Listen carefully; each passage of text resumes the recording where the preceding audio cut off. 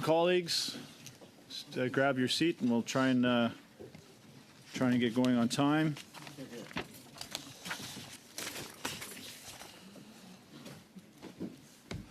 I understand for Mr. Perron, we'll have a little bit of committee business at the end of today regarding the documents from our grocery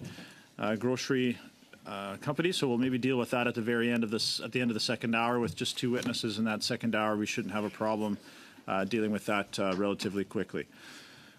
So, colleagues, I call this meeting to order. Welcome to meeting number 82 of the House of Commons Standing Committee on Agri-Food and Agriculture. A few reminders for our witnesses. Today's meeting is happening in a hybrid format. The meetings will be made available via the House of Commons website. And just so you're aware, the webcast will always show the person speaking rather than the entirety of the committee. Taking screenshots is prohibited, so no taking of screenshots for our witnesses specifically. Members and witnesses may speak in the official language of their choice. Interpretation services are available for this meeting. If interpretation is lost, please inform me immediately, and we will ensure interpretation is properly restored, and we'll make sure you have your sufficient time. Before speaking, please wait for me to recognize you, and then you click onto your microphone or unmute yourself if you're on video. And if you're in the house or in the chamber, your microphone will be controlled by the staff here. When speaking, please speak clearly and slowly for the benefit of our interpreters. And when you are not speaking, your microphone should be on mute. A reminder that all comments by the members and witnesses through the chair. Now, colleagues, pursuant to Standing Order 1082, just before I go to that, I guess we have a couple of subs today. Mr. Shields, welcome for Ms. Root. Certainly not your first rodeo. Welcome. And Ms. Matheson for Mr. McGregor. Welcome. Pursuant to Standing Order 1082 and the motion adopted by this committee on Thursday, October 19th, this committee is resuming its study on the electronic logging device requirements and animal livestock transport. I would like to welcome the witnesses on our panel today. We have Dr. Raymond Reinen, past president of the Canadian Association of Bovine Veterinarians, online. From the Canadian Federation of Agriculture, Mr. Pierre Lampron and Scott Ross. And here with us in person from the Canadian Sheep Federation, Corlina Patterson, Executive Director. Thank you very much for coming. So all of our witnesses, you'll have 5 minutes for your opening remarks, and then we will start our rounds of questioning. I will now invite Dr. Reinen from the Bovine Veterinarians Association to start for 5 minutes, please.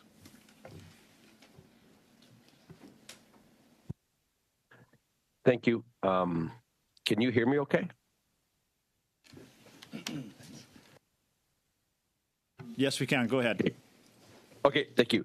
Thank you, Mr. Chair, and all members of the Standing Committee. The Canadian Association of Bovine Veterinarians, CABV, or ACBB, is grateful to be granted the opportunity to present to the Standing Committee. Our association represents 759 veterinarians that are either in clinical practice, government, academia, or industry across all provinces of Canada. ELDs are an effective tool to document service and driving hours. However, ELDs do not provide insight to occurrences during those hours that may necessitate flexibility in the enforcement of regulations.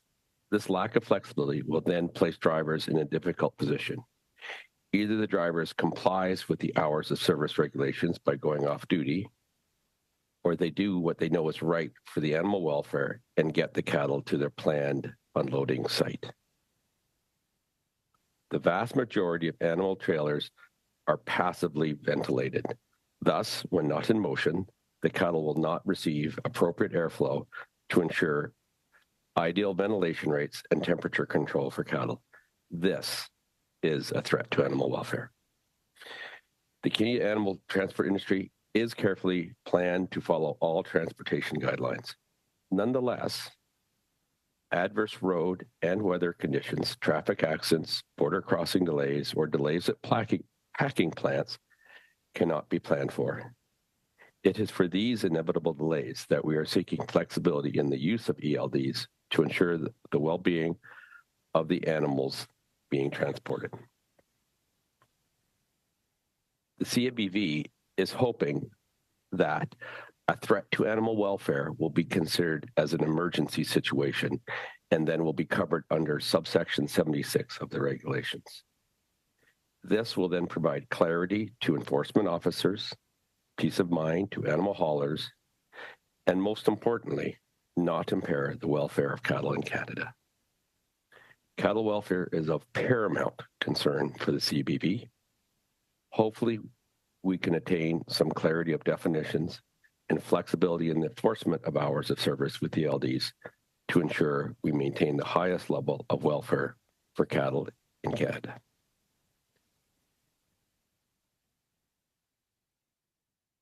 Thank you very much, Mr. Reinen. Short and to the point. I appreciate that. Now we'll go to Mr. Ross for 5 minutes, please. Hello, and thank you for the opportunity to speak today. My name is Scott Ross. I'm the Executive Director of the Canadian Federation of Agriculture, and I should be joined by our Vice President shortly, Pierre Lampron, who's a dairy farmer from Quebec. The CFA is Canada's largest general farm organization. We represent over 190,000 farmers and farm families across Canada that are the heart of a Canadian agri-food system generating $135 billion of Canada's gross domestic product.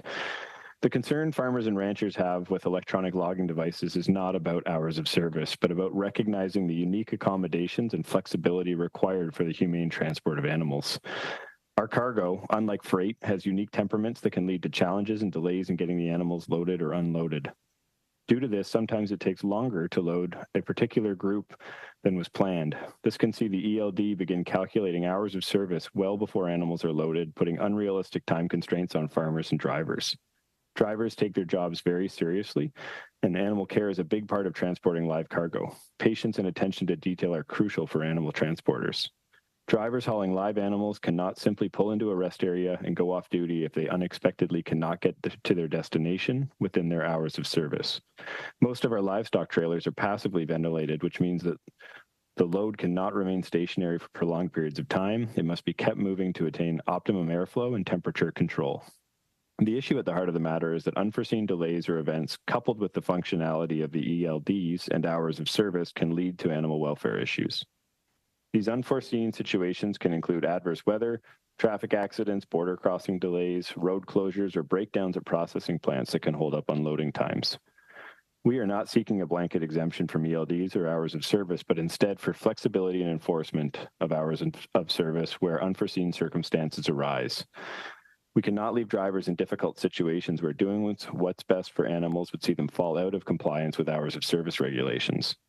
As it stands, the commercial vehicle drivers' hours of service regulations permit drivers to extend the driving time allowed during adverse driving conditions or emergency situations in order to reach their destination for the safety of the occupants and the security of the load. However, it's unclear whether this includes animal welfare considerations, leaving the matter open to interpretation by individual officers. Ideally, Canada would align with U.S. transport regulations and provide an exemption for animal transporters from drivers on-time duty within a 240 air kilometers radius of their load origin and destination.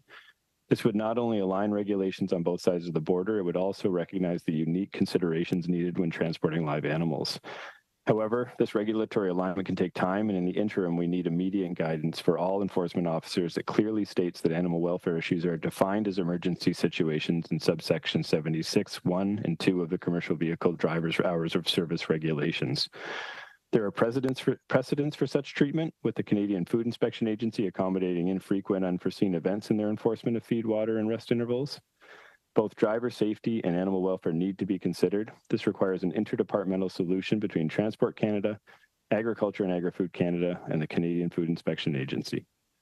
Thank you for this opportunity to speak today, and I'd be happy to answer any questions you might have. Thank you very much, Mr. Ross. Appreciate your comments. And now to Ms. Patterson for 5 minutes, please. Yes, good morning. Thank you. It's an honor to present our insights to this distinguished committee today. My name is Corlina Patterson. I'm the Executive Director of the Canadian Sheep Federation, a position I've held for over a decade. I'm here to share the realities and challenges faced by our particular sector due to the implementation of ELDs in commercial livestock transportation, and we're grateful for this opportunity to speak to you, despite today being Ottawa's first pop quiz on winter driving. Despite its quiet profile, our industry plays a significant and dynamic role in Canada's agricultural tapestry. Our sector boasts close to 12,000 farms, ranging from eco-conscious scaled operations to substantial commercial enterprises. In fact, the community of sheep farms in Canada outnumbers that of dairy farms, is on par with those of pork and poultry farms put together. Our industry's profile necessitates the long-distance transport of live animals from their rearing locations to their processing sites. With 80% or the majority of our processing occurring in provincially inspected facilities, we're compelled to move live animals large distances across the country to get them to near the ultimate market destinations. Recent environmental impact assessment of our supply chain that we did in conjunction with Clarkson University conservatively estimated that to transport approximately 275,000 head of sheep and lambs to various processing centres, our haulers covered over 914,000 kilometres. These figures are based on StatsCan numbers, which we know tend to underestimate the size and scope of our industry. Our own administrative data suggests that real number pushes closer to 900,000 head. And this would mean that our haulers traverse 3 million miles to ensure our animals reach their intended processing sites. These numbers emphasize the critical nature of efficient and effective transportation in our sector. The transportation of live animals is in stark contrast to that of moving inanimate goods, which I'm sure you've heard from many of those who've spoken to you through this hearing, based on the complexities and the nature of the animals. Delays are inherent in this loading process and unloading processes, and in transportation events. They arise from animals' temperaments to welfare-oriented loading and unloading practices and delays along the route. Such delays cut into drivers' hours of service and can lead to unplanned stops, which further complicates adherence to humane transportation regulations. The potential for ELDs to count these non-driving hours towards total hours of service is a major concern. The U.S. policy that exempts commercial livestock haulers from on-duty time within 150 miles of departure and destination sites is a recognition of these anticipated delays early and late in that transportation event. Such measures understand the intricate realities of animal transport and the necessity for regulations that are attuned to the industry's unique challenges. Similar Canadian exemptions would buffer against these unpredictabilities and safeguard animal welfare, ensuring compliance isn't compromised by variables outside of haulers' controls. Moreover, we have to understand the potential of negative public reactions to the sight of animals apparently or appearing to be in distress in haulers parked at rest stops along the 401. This concern goes beyond mere compliance. It's about the balance between maintaining regulatory standards and the agricultural sector's public image. The delicate balance underscores the need for thoughtful and flexible regulatory frameworks. We recognize the significant role transport plays for us, and so we've placed the highest emphasis on animal health and welfare. Sheep react differently to transportation events than some other species do, and so to ensure our practices are reflective of this, we've invested heavily in research to objectively validate welfare during transport. Our innovative approach has led to the development of artificial intelligence systems designed to actively assess, monitor, and report on the welfare of animals in real time during that transportation event. This system not only substantiates stress levels, but it can signal haulers and drivers to welfare issues as they arise. It could also validate the need for an exemption should drivers need to exceed their hours of service.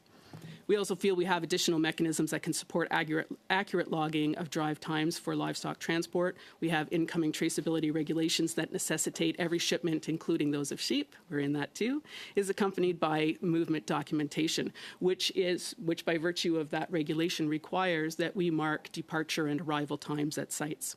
Our latest innovation in that traceability field and the design of our Agri-Ledger traceability system transforms those records to digital and uses blockchain technology for the management of the data. This advancement not only allows the real-time recording of transport events. Ouais, j'ai pesé sur le microphone. Joe Bras, elle vole 2.40. C'est celle-là?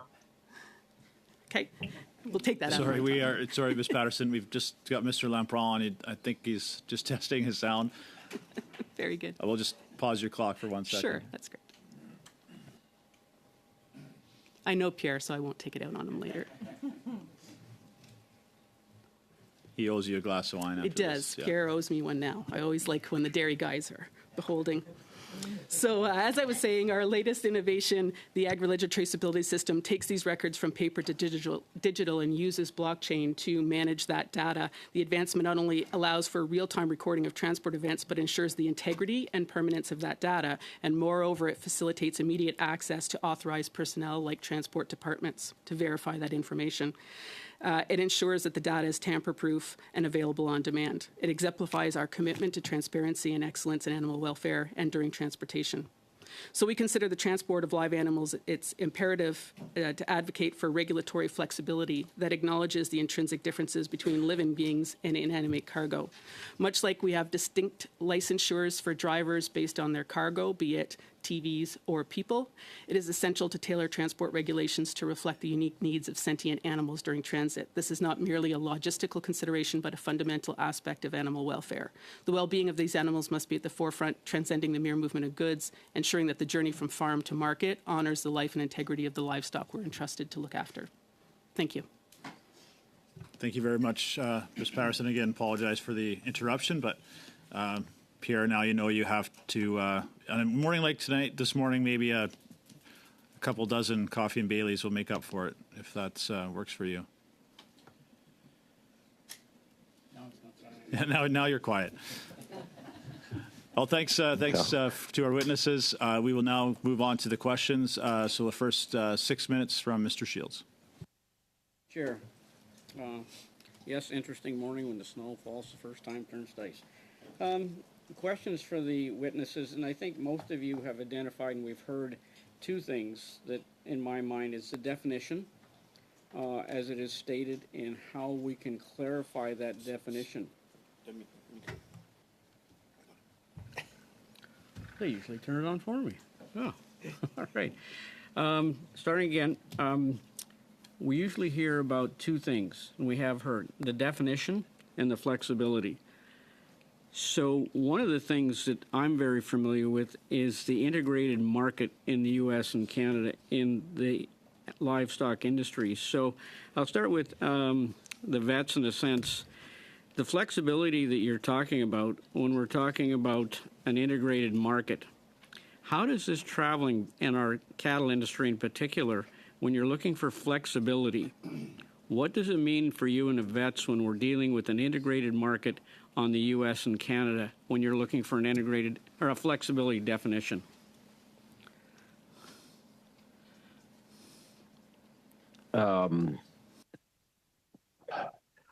We're not expecting, we still want all our rules to be followed on both sides. So if a trucker's going both ways, we don't expect the Canada just all of a sudden follow all the Canadian rules.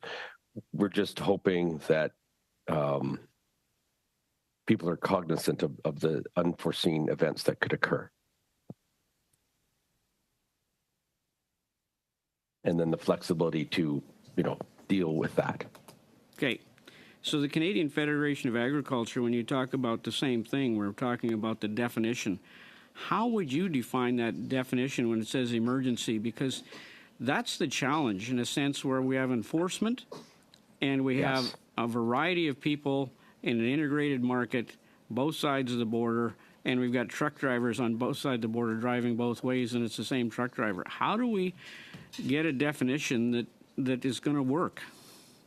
And that is a major struggle, and that was like a main focus with our submission.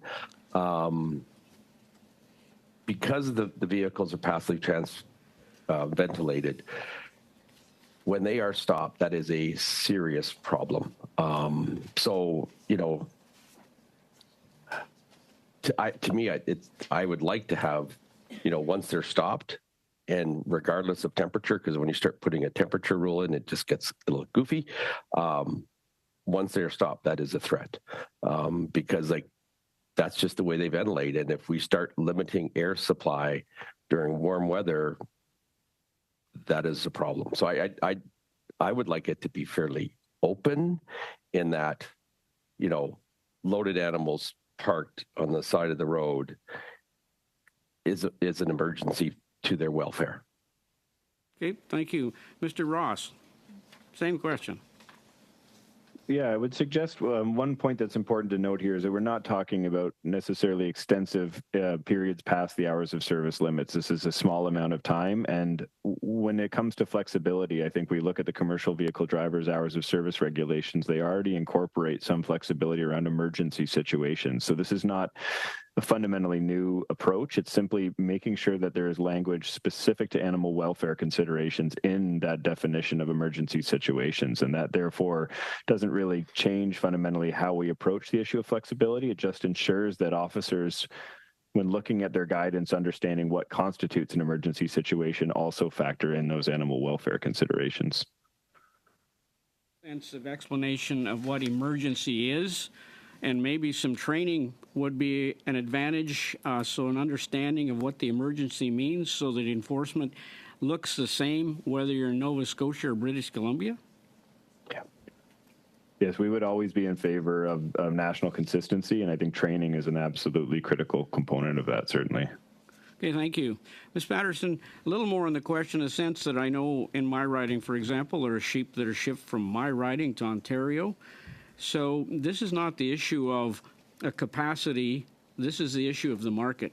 Because when mine shipped out of one producer, they were looking for the best market price. So it wasn't the capacity they were talking about. So it's the market price that can sometimes dictate long hauls in this country, right?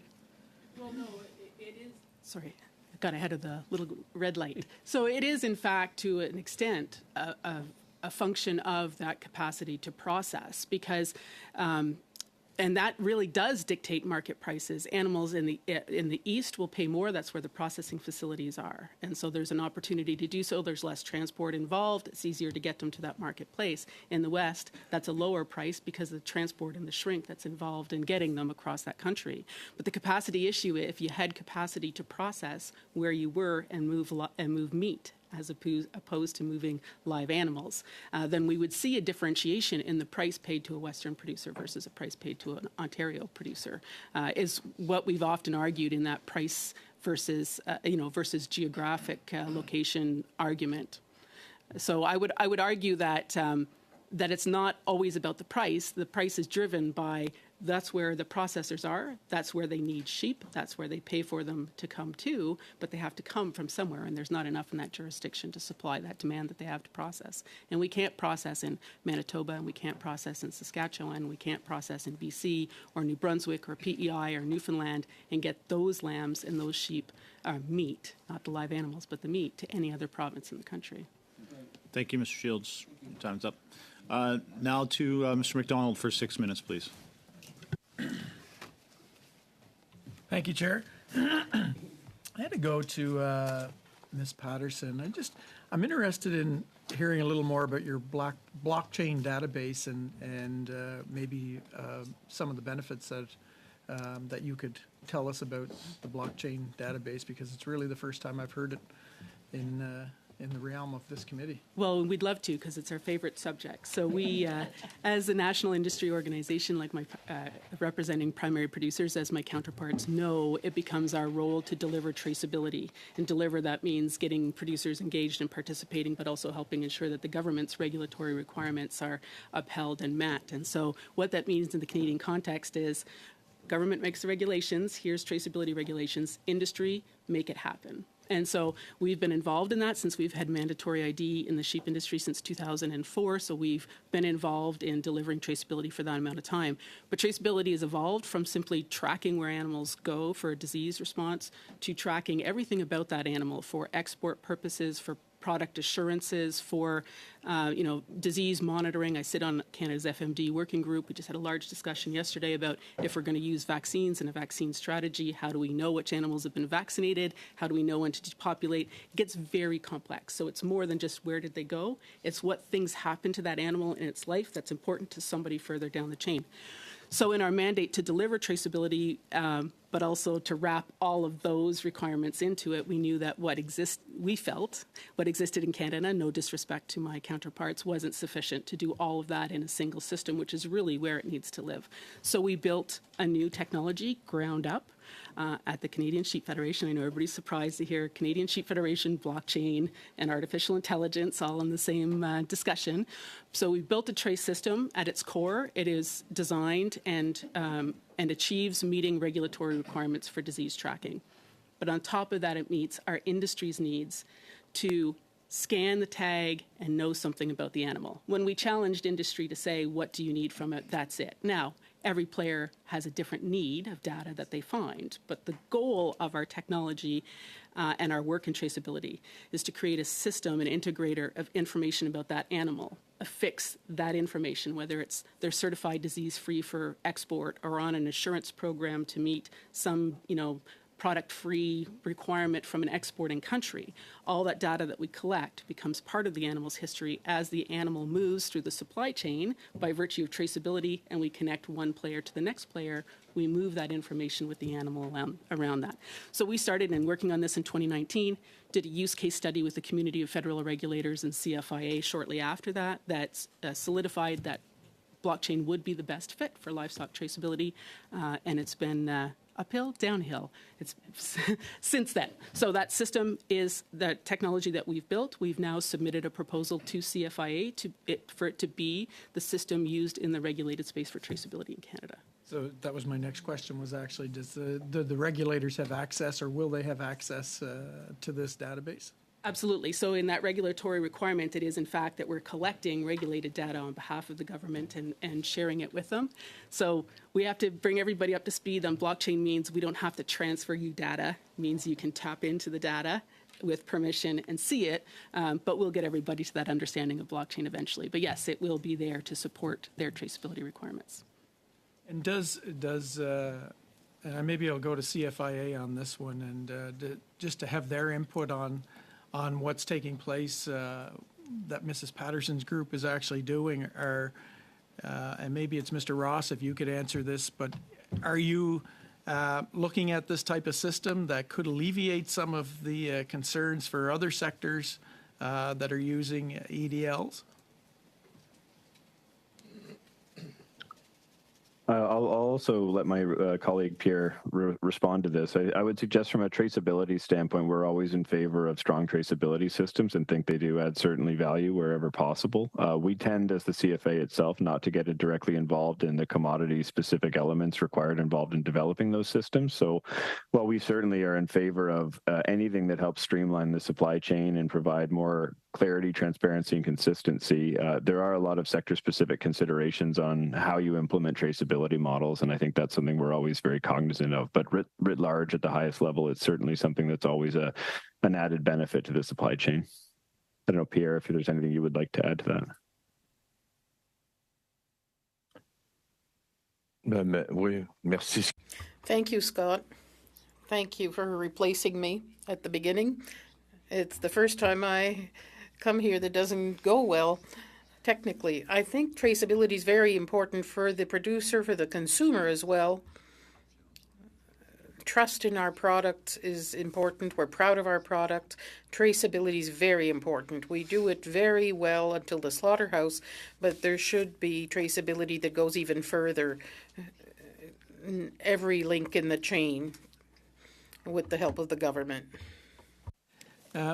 Thank you.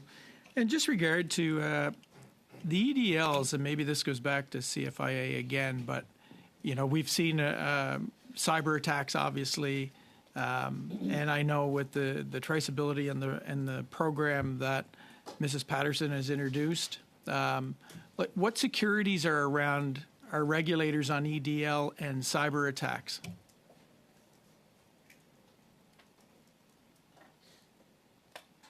I cannot speak. I'm not familiar with what the protections are that are in place. I know when it comes to the traceability systems that were referenced by Ms. Patterson, certainly blockchain technology has some fundamental protections around privacy embedded in it that are intended to protect information and ensure there's confidentiality.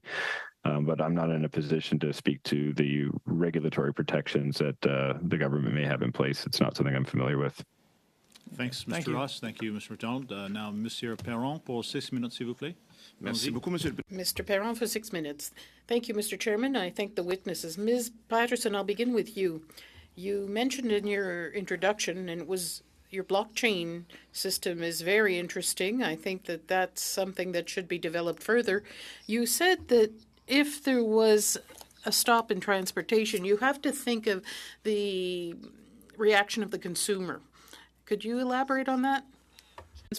Livestock haulers don't have specific rest areas that you might pull over to because you've maxed out on your hours of service. You use whatever facilities are available. Feedwater rests are few and far between and ill-equipped to accommodate truck drivers versus accommodating the livestock. So the concern is that those trucks pull over in truck stops, just like cargo and freight trailers do, and they sit there. And so when folks were talking about passive ventilation, if it's 30 degrees outside and it's all pavement, and I travel the 401 far too frequently, it's nightmarish at best, but those truck stops are very crowded. But they're also crowded with trucks and general public.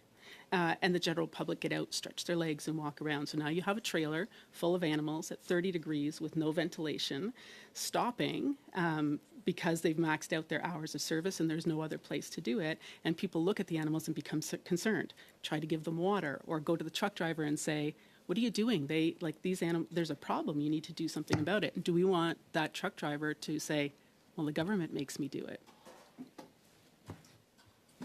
Merci beaucoup. C'est une bonne réponse. Thank you. That's a very complete and good answer. So the priority is animal welfare, far more than the public image. What do you say to people, witnesses, for instance, animal welfare people who are fear that if we give too much latitude in the regulations, it'll be used to prolong the distances of transport regularly, and that could be a risk for animal health and welfare.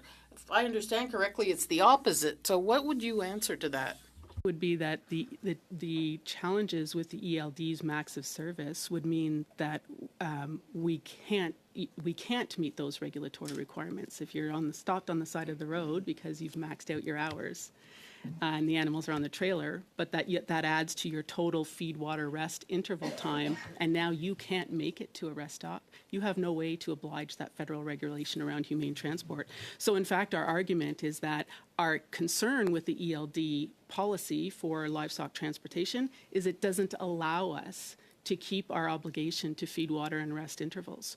Most of our sheep will make it from Manitoba to Toronto in a single trip because we have nowhere to feed, water, and rest them. Our industry had already designed to work around and respect those regulations. The risk is these logs may mean that we can't respect that. And so our pushback on the driving logs is because we want to ensure that we're respectful of the welfare of the animals. Merci beaucoup, madame. Thank you very much, madam. One last quick question. I can't stop myself from asking you this. You talked about regional transformation capacity, having more capacity in various regions. Of course, do you believe that if there were government measures that promoted more frequent transformation sites, maybe not to replace the big ones, but to complement them, maybe it could reduce this problem? And part of the studies that we did about the comparative environmental impact assessment of our supply chain was to help inform the discussion around how moving to more regionalized, smaller scale processing would mean that we move more meat than we move live animals. And that we can put more meat into a trailer than you can live animals into a trailer. Plus, when you move them long distances, you have shrink. They've consumed resources that disappear in transport because of the stress, and you need to feed them again. So you've doubled that 10% of resources into the animal. So yes, I absolutely agree. Would it not only mitigate the need to transport the live animals, but our study suggested we could reduce our carbon footprint strictly from trucks and shrink by 14% by improving regional processing capacity. Merci beaucoup. Super, thank you. Excellent answers. I'm very pleased to meet you. We have never spoken before. I'll give you my business card later. Pierre, on the same topic, I'd like to hear your views as well. You're on mute. Thank you for the question. There's no doubt that regional abattoirs would certainly improve the situation. We closed a lot of them. We went in the wrong direction. Maybe with new regulations, people could start these regional abattoirs again. We are in favor of regulation. What we're asking for is more flexibility. When there's a need because of unforeseen circumstances, the transporters care about animal welfare. They want things to go well. They want to respect the law. But when something unforeseen happens, you mustn't have the animals suffer because of this regulation. That's why we're asking for flexibility. As they do in the U.S., they have 240 kilometers to the final destination, and you have some flexibility in the trucking distance. Thank you very much, Mr. Barron. For 6 minutes, please. Thank you, and thank you for allowing me to visit this lovely committee. I appreciate the time. I did want to ask and sort of continue on, I think, from where Mr. McDonald was headed in terms of talking about that AI, that technology. Now, you had said, of course, that you're starting to share that with other groups, looking to the CFIA to take leadership, I guess, on that, or to share it. Now, it's my understanding. I was able to tour with the Ontario dairy farmers, and they were showing us the technology that they use for that traceability, that tracking. Is it similar? Are the Sheep Federation and dairy farmers, are you working together in that technology and requests from CFIA? Ms. Patterson? Yeah, thank you. Yeah, thank you for the question. So, as livestock sectors, there's not many of us, right? There's 5, 6. We all sit in the same room very frequently. But when it comes to traceability, we all work and pull together, if you will, about regulations and to a certain extent around technology. So, identifying animals for the purpose of traceability, because traceability is about identifying the animals, identifying the places, and then identifying when the animals go to the places, and tracking that so you can move backwards if there's as a disease outbreak and understand who and what all might be involved. But from a technology perspective, like our trace system with a blockchain-based, we built it for ourselves. We'd be the first industry in the livestock sector to bring it in kind of at that scale. There's been lots of pilot projects. We are certainly open to sharing that experience with anybody who's interested in exploring it, but we don't want to, I don't want to call it stealing market share. We're not all competing in the traceability database space, but we'll do it. The great thing about being a quiet, eco-conscious industry, I won't call us small, it's my least favorite word in the world, but is that it's a great testing ground for how successful this might be in a regulated space. And then in terms of ID, so what I think you were talking about was the RFID technology that identifies the animal, which is a pillar of that. We use RFID technology. It's still slow. If you want to have traceability reporting move quickly and efficient and reduce administrative burden by stakeholders to do the reporting. So our AI tools started with using facial recognition of livestock as the form of ID so that you could capture information about the animal autonomously. And we designed ours to work from a cell phone, so you can ID them from a cell phone, a networked camera, and a high-volume intermediate site that captures the ID, date stamps, time stamps, geolocates the event. And that's the vast majority of your movement reporting. And the goal of that, although I've often been looked at like I had 3 heads, when you say I wanted facial recognition for sheep, people question the sanity, but the reality of the goal is to move towards autonomous data collection in that field to alleviate the work that people have to do. The pushback we've always seen around trace has never been about whether a traceability system is important. Everybody fundamentally agrees with that. All the pushback to the regulations has been how hard all of that is going to be to do with the technology we have. And I just feel like some should have spent the 10 years more looking at how to fix the technology issue that made it difficult rather than being overly concerned about how difficult it might be. So, well, and that was kind of leading to my next question in terms of it seems that one side, your organization, maybe others are far more ahead of the game in terms of when the regulatory bodies, the government bodies are receiving that data, they are not at the same level. Is that what you're... Yeah. Yeah. So even the regulation will allow 7 days to report any movement. Under the future regulation now, it's 30 days, depending on which sector you're in and what type of event you're reporting. But even 7 days in a foot and mouth disease outbreak is a lifetime of disease moved around. If you really look at the demographic patterns of livestock movement, integrated systems like pork might be easier to predict patterns and understand where those movements are going. But the beef industry, like the cow-calf operation, the sheep industry, though our livestock movement demographic study suggests there's like 2 million movement events out of less than 1 million animals in a year.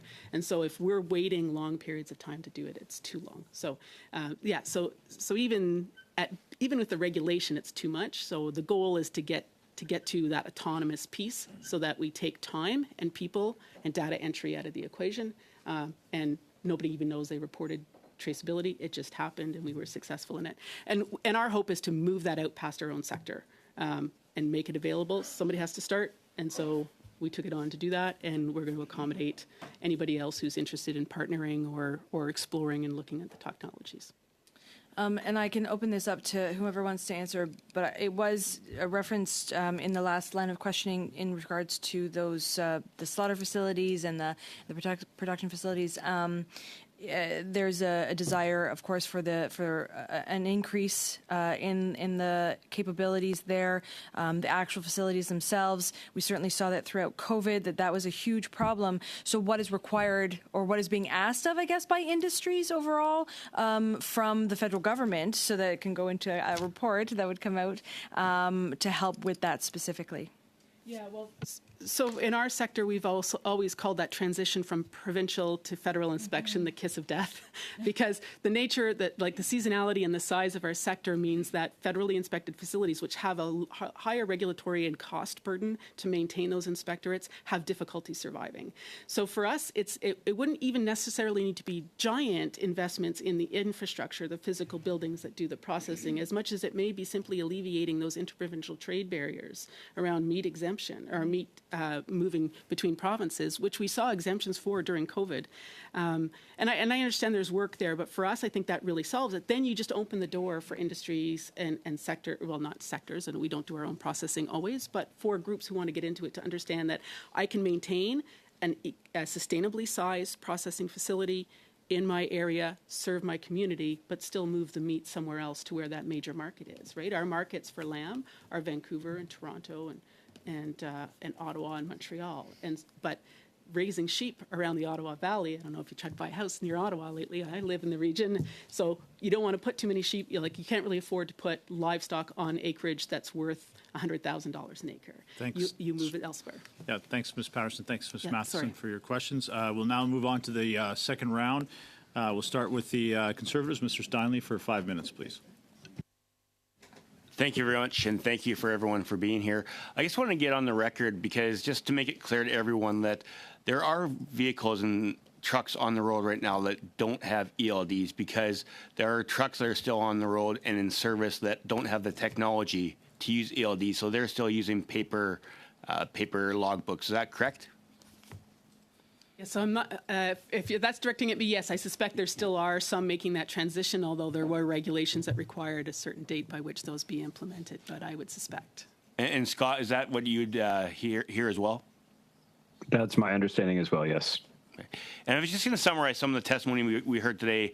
And from what I'm hearing is that there needs to be more clarity. So one of the recommendations that we should probably have coming out of this committee would be to look at Section 76, Section 1 and 2, and really make sure that the idea of animal safety should be taken into the unforeseen circumstances. I'd just like to get everyone to just nod ahead or an agreement that that would be one of the recommendations that you expect from this committee. And the second one would be, we've talked about it, and obviously regulations are a bit harder to change through Transport Canada and Agri-Food Canada, but one of the other things that we'd like to see is more integration with what's going on in the USA. And we've heard that from the Canadian Federation of Agriculture. And I'd just like to know, has your group submitted anything to Transport Canada or Agri-Food Canada looking at trying to integrate some of those regulations so that the cross-border trade we have with our largest trading partner, the USA, is obviously significant, especially in the livestock sector. So I'm wondering if you've had conversations with the departments, and if you have, How has that gone? And are we planning, and is your group planning to do a submission and more conversations to make sure that we can get those regulations more integrated with the USA? Yes, I would say we have made submissions to the government, to Transport Canada, with respect to the needs on this front. I would say there's two components, one being the long-term need to harmonize regulations around that 240-kilometer radius. But the more immediate element we're talking about is more about guidance. So it doesn't actually require a regulatory change, and those conversations have been ongoing. I would suggest that they're not over yet, and there's more to be done there, but we are certainly have made this point very clear for some time now and continue to suggest that that is the most workable solution that's in front of us today. Thank you very much, Scott. We did have Transport Canada here, and they said the commercial vehicle hours of service guidelines, there's a committee, interprovincial committee that looks at those guidelines, and that committee would have to have meetings to come together to make sure there would be changes in those guidelines. Has your group or has any group submitted a request of that committee to have animal safety in the unforeseen circumstances in those guidelines? And if not, I would really urge you guys to do a submission to that committee that reviews, the interprovincial committee that reviews the commercial vehicle hours of service. Has anyone had conversations with that group so far? I can't speak to the broader network of organizations that are working together. There are a whole host of us working together on this, recognizing that this is of shared import to the entire livestock industry. And so I can't comment on what others have done. Certainly, the substance of that ask has been put forward to the government with the understanding that whatever is required to make that happen is a reality. But I take your point, and I think we can take that back, certainly, and look at further. I think, Corlina, yeah. It's just a comment. We haven't submitted to the committee directly, but the national livestock groups have been working on this for over a year. So we have a group that's met quite routinely and communicated and met with both the ag and transport ministers' staff to kind of discuss the issue. But it would be critically important, and here's why: the guidance is around whether that's a animal welfare issue. The inspectors are transport department, not animal welfare. And so the concern with when you leave it just to guidance is it becomes very, very subjective. So gold standard would be a change in the regulation, in the interim some strong guidance. And if at a very minimum the livestock sectors, we support Animal Health Canada's division, that is the CLT, Canadian Livestock Transport, which trains truck drivers on humane transportation. So if we want to provide guidance to transport folks determining if there's an animal welfare issue, I see a great fit for them to be taking the training. I think we've created a second tier for inspectors, government inspectors or whatever, to learn about what humane transport is through that. So I would really, at a minimum, encourage the committee to consider having inspectors use that as education on guidance. That's perfect. Thank you very much. We'll make sure we have that in the recommendations. Thanks, Ms. Patterson. Thank you, Mr. Steinley. Now to Mr. Drouin for 5 minutes, please. Thank you, Mr. Chair. I obviously want to thank the witnesses who are before us today on this important issue. My questions will start with Dr. Rainin. I do have some questions with regards to animal welfare, and we do find ourselves in a bit of a conundrum between CFIA regulations with fully matured or weaned bovine at maximum hours of transportation before stop is 36 hours. And with ELDs, we're saying, 12 to 13 hours, and there's a bit of flexibility, but if we would add that clarity at 276 kilometers, we could say that's another extra 3 hours. So when we advocate, and I am supportive of more clarity from ELDs, I am supportive of that, but when we advocate on the animal welfare issue, we would find ourselves on the human transportation side to say, you could drive up to perhaps a maximum of 19 hours before making, in extreme cases, before making a stop. But I'm just concerned with, and if you can speak to, obviously there's the maximum amount of hours, 36 hours versus 19 hours. And if we only go on the maximum hours, it would be if Transport Canada turns around and says, hey, CFI, we're at 19 hours. Is this an animal welfare concern? And CFI would say no, because we don't care about anything below above 36 hours. We don't care. Can you explain to this committee why there could be other animal welfare concerns that it's not necessarily around times, but the impacts of times? Unloading, for instance. Yeah, no, this is excellent question. And you nailed it. There's quite a big difference on what the rules are for length of time for cattle transport and for the person transporting the animals. There actually has been a study just released the last year or two showing that if you compared animals with long haul versus, moderate haul rest, moderate haul to come up to the 36 hours, the animals actually did better with the long haul. And the problem was when you stop and you unload them and you put them in a place where they're not used to, and yes, there's food and water there, but they're just like, oh, where is everything? And then reload them. There's a lot of stress. There's a lot of difference. They quite often don't get comfortable. They don't sit and eat and drink the way we expect to do. So the animals can tolerate longer. That has been shown in that recent study. But we do have to work together, the two groups, and we realize that, and we don't want to put drivers at risk. But the science is clear. We can go longer for the sake of the animal, but that truck's always moving. And this is where a lot of the concern comes in. When we have an unplanned stop and it's on the side of the 401 and it's 30 degrees and there's no air moving, that's a major problem. So, and just so I understand, normally, I mean, a truck driver would have a plan to get to a place where there's a mandatory stop. So I used the example the last time in Ontario. If we're going to, I'm from Eastern Ontario. If I'm moving from Eastern Ontario, going to Manitoba or Saskatchewan, for instance, I know I'm going to have to stop in Thunder Bay, but I know already I have to stop in between that. I would have to stop close to Wawa or a little further than that, past Sudbury, in order to, because I'd be at my max time. What would the driver be doing then? Just stopping on the side of the road and resting for 8 hours, and then the next day he or she starts again goes back on the road, and then has to stop because CFI regs kick in at the Thunder Bay stop. Yeah, I can't speak for exactly what the truckers are doing. That's not my background from the Vet Association. I do know they try very hard to come from the west, get to one of the truck stops, the animal rest stops, and use them and go on and always comply with the human transport part of it. Okay. But there's better people to answer what they actually do day to day than myself. Sorry. That's great. Thank you. Monsieur Lampron, c'est très bien de vous voir. Mr. Lampron, it's nice to see you in video conference. I have a question about what Transport Canada does.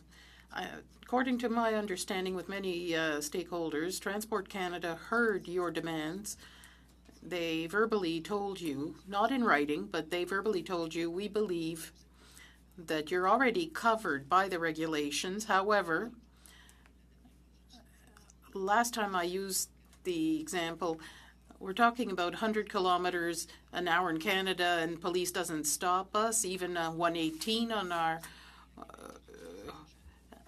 highways, 140 in Quebec, and police doesn't bother us. But the law says 100. So we're looking for clarification from Transport Canada so that our truck drivers are not in a pickle. What are you seeking? Well, quick answer, please. We don't want to be at the mercy of interpretations. I think if it's clear, it'll be for the benefit of animal welfare, and truck drivers have to know what to expect. They can't be told it works in one place and not in another. They have to have a universal, clear regulation throughout Canada, so everybody's on an equal footing. Thank you. Now, Monsieur Perron, for 2.5 minutes, please. Mr. Perron, 2.5 minutes. Thank you, Mr. Chairman. Pierre, if you want to complete what you were saying, you want it in writing so that we're not dependent on the interpretation of one inspector or another. Yes, that's exactly it. We can do it, but we want it to be clear. What's also clear, like Francis said, we don't want to transport things willy-nilly. We want to respect the rules, but if there are unforeseen circumstances, and we say, okay, we can't stop here, we can't stop just anywhere, because for the welfare of the animals, the trucks have to be ventilated and be on the move. That's what's important. Mr. Reenan, I found your expose very important, very interesting, and your presence is highly relevant. We often talk about veterinarians, but we don't meet them too often, so I'm happy to see you this morning. I'd like you to react to the questions I asked earlier about regional processing, having more processing sites that are better distributed over the territory, because that could be an issue when it comes to inspection. So I'd like to hear your opinion on that. Firstly, and most vets will agree, we would love to see a lot more plants all over the country. And then Pierre mentioned previously that we've lost a lot of plants over the years. And then that does create, especially the haul to their end destination, that's a big concern. The problem is, so yes, we want them. They're valuable. We need them. But that's a slow fix for this problem. So yes, please, that's another topic. Let's go down that path. Let's encourage more slaughter plants regionally. But I'm sure that's a few years to build, approved slaughter plants. Clairement, c'est pas dans le court terme. Well, clearly it's not short term, but we can at least give the government some direction. When it comes to capacity, I'd call that veterinary capacity in Canada for inspection. Do you have any recommendations to make to the committee? Because my time's almost up so quickly. I'd like some clarity on that question. Like, are you asking how do we get more veterinarians in doing inspection? En fait, well, what I'm saying is that we want more sites, but often it's inspections and resources that are the problem. People in your profession, that could be a problem. Maybe you have some quick advice to give the government, some direction to solve that problem. Well, there's two things. One, we do need to generate more veterinarians, and the vet colleges are actually all 4 of the 5 are going to increase their enrollment this year or next year. So then we will have more people. But the other thing is, I think there's times we could have veterinarians and other trained professionals, and that they can work in tandem and still not harm anything for the food chain and still get the work done. So yes, we need veterinarians to make the final deposition on food quality, but there's other people that can help in that situation. So the colleges are doing their job. We're going to have a lot more veterinarians in 3, 4, 5 years. But I also think there's ways to have other trained professionals help. Thanks. Thank you. To make sure we have good. Yeah. Thank you, Dr. Ryan. No problem. I didn't mean to cut you off, but we're way past time there. I think we got the gist of it. Now, Ms. Matheson for 2.5 minutes, please. Well, actually, I was going to expand and ask Mr. Ryan, when he says other trained professionals, can you be more specific? Like listing Well, the one I would probably go to really fast is the RVT, so the Registered Veterinary Technicians. They've already got a science background. But there's other ones that you could use, like there's other science education backgrounds that could be used. But the RVT would be the one, the Registered Veterinary Technician would be the one I would refer to immediately. Okay. I wanted to ask, obviously we're all very concerned about this, the animal welfare, and that's primary, but of course these regulations have been put into place to protect the drivers, to protect people along that very busy 401 that I travel along as well. If you're dealing and you're talking about all of these emergency issues that come up, like accidents, certainly if you have a very tired driver, you increase the potential of those accidents. So what could and I leave this, maybe CFA would comment or anybody really who wants to jump in, but ultimately what could be required from the federal government as part of these considerations in that transportation to protect those drivers, even when asking for those exemptions, because a lot falls upon them. So are there any additional recommendations to protect those drivers from employers or what have you to ensure that we find that flexibility, but we're still looking at a greater overall public good, employee good as well? J'aimerais peut-être répondre rapidement à ta question. I'd like to answer that question quickly. That's a good question. In the U.S., They've put this in place for many years now. They analyzed the situation. It was very important for the drivers, and there was no increase in accidents by animal haulers. We have to consider these people different, because when you're transporting live animals in the back of your cargo truck, you have particular concerns. You have lives behind you. So I think those people are a little bit different. They have a higher conscientiousness, I'd say. What was done in the U.S. is something we could perhaps replicate, because they have not seen a significant increase in accidents. Yep, absolutely.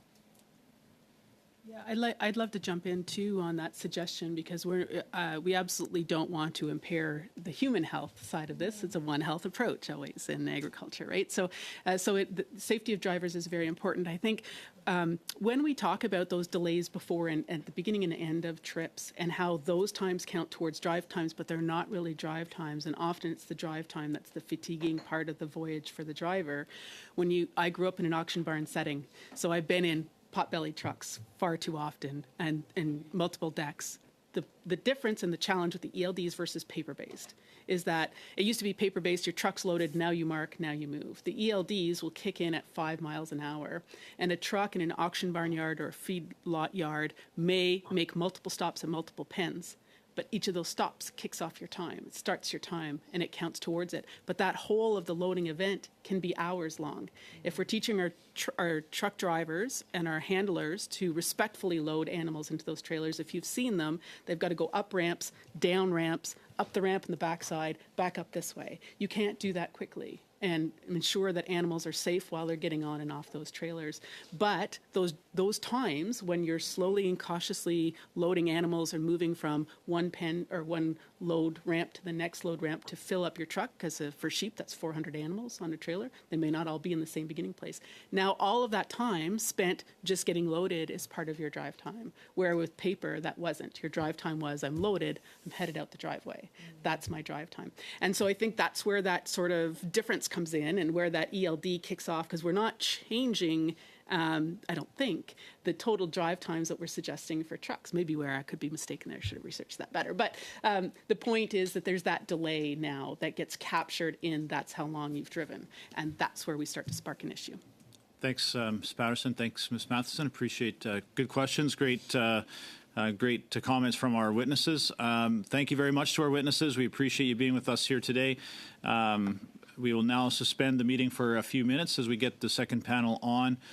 So now the meeting is suspended. Our witnesses, you are free to go. Thank you very much again, and we'll see you all very soon.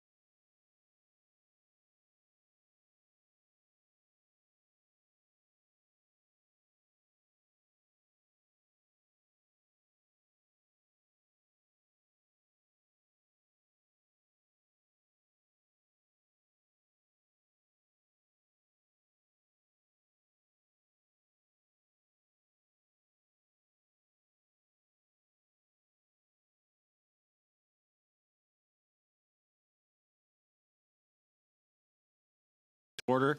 Welcome our second panel of witnesses here today for our study on electronic logging device requirements in animal livestock transportation. Like to welcome from the Alberta Beekeepers Commission, Ron Gridanis, who's the Canadian Handy Council delegate and a director. Welcome, Ron. Good to see you again. And from Thunder Bay, Ontario, from the Barn, Feed and Livestock Company, Andrew Livingston, President. Andrew, welcome to our committee today. Pleased to have you.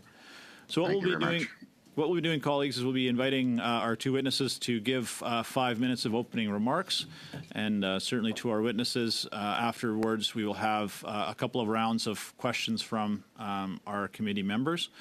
So now we'll start with Mr. Gridanis for 5 minutes, please. I want to thank the committee for taking the time to study this issue regarding electronic logs, including the Alberta Beekeepers Commission. We bring a unique problem to the whole ELD requirements. As many of you may know, I am a beekeeper here in Stettler, Alberta. I pollinate hybrid canola seed, and I produce a tremendous amount of honey. We run about 3,600 hives. Previously, my colleagues have covered many important points in previous presentations, and my objective is to bring the unique aspects of hauling honeybees and how hauling honeybees has similar challenges and concerns with the current regulations, but also quite different in terms of risk to the public safety, which is not currently contemplated in the enforcement of regulations and the use of ELDs. First, we will reiterate that the requests and recommendations put forward today are in regard to interprovincial movement of bees only. The